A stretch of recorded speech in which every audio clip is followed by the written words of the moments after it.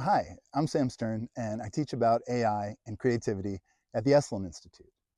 I also talk about the history of altered states at Esalen. There's kind of a Mount Rushmore of psychedelic warriors at Esalen, with Aldous Huxley being an early mentor to the founders Dick Price and Michael Murphy, and then Timothy Leary and Ram Dass leading workshops at Esalen in 1964.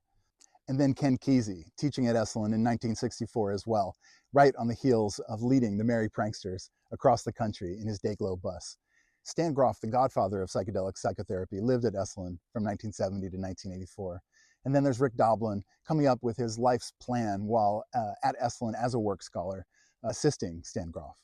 But one character who doesn't get quite as much shine, I guess, is John Lilly. So Lilly is famous for three things, basically. And the first of them is building the world's first sensory deprivation tank. Dr. Lilly invented the sensory deprivation tank in 1954 using a modified diving mask. Lilly is also known for his desire to bridge the gap between humans and animals and establish interspecies communication, notably with a dolphin. And then, of course, Lilly is known for being an early experimenter with ketamine, which drove him quite insane. Just yesterday, I decided for some reason to do a deep dive on Lilly, which basically consisted of me watching this extremely compelling YouTube documentary called The Dolphin House. Dark, silent, and floating in salt water heated to body temperature to simulate the feeling of weightlessness. He discovered the means of accessing a psychedelic state which would become the forefront of his curiosities. And I immediately found that this was a doorway. This was not an isolation tank. It is really a doorway into the universe. It allows one to escape one's body. One's soul can leave, and one can clean one's karma from one's soul and become pure spirit.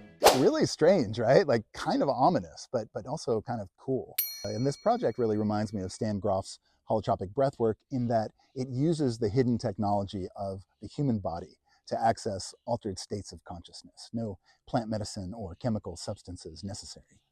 However, Lilly's inventiveness doesn't stop there. No, not by a long shot. In the 1960s, Lilly built a laboratory in St. Thomas, and he brought a dolphin named Peter and a 23-year-old woman named Margaret Howe there for the express purpose of achieving interspecies communication. Margaret's job was to teach Peter English just like a mother would a child. Hello, Margaret. Nice. Dr. Lilly, who'd agreed not to interfere, would be floating in the darkness of his sensory deprivation tank above them, assisting Margaret not physically but telepathically. Now, ultimately, this project was not as successful as Lilly had hoped, with humans and dolphins unable to bridge the language gap despite all of Lilly's and Howe's best efforts.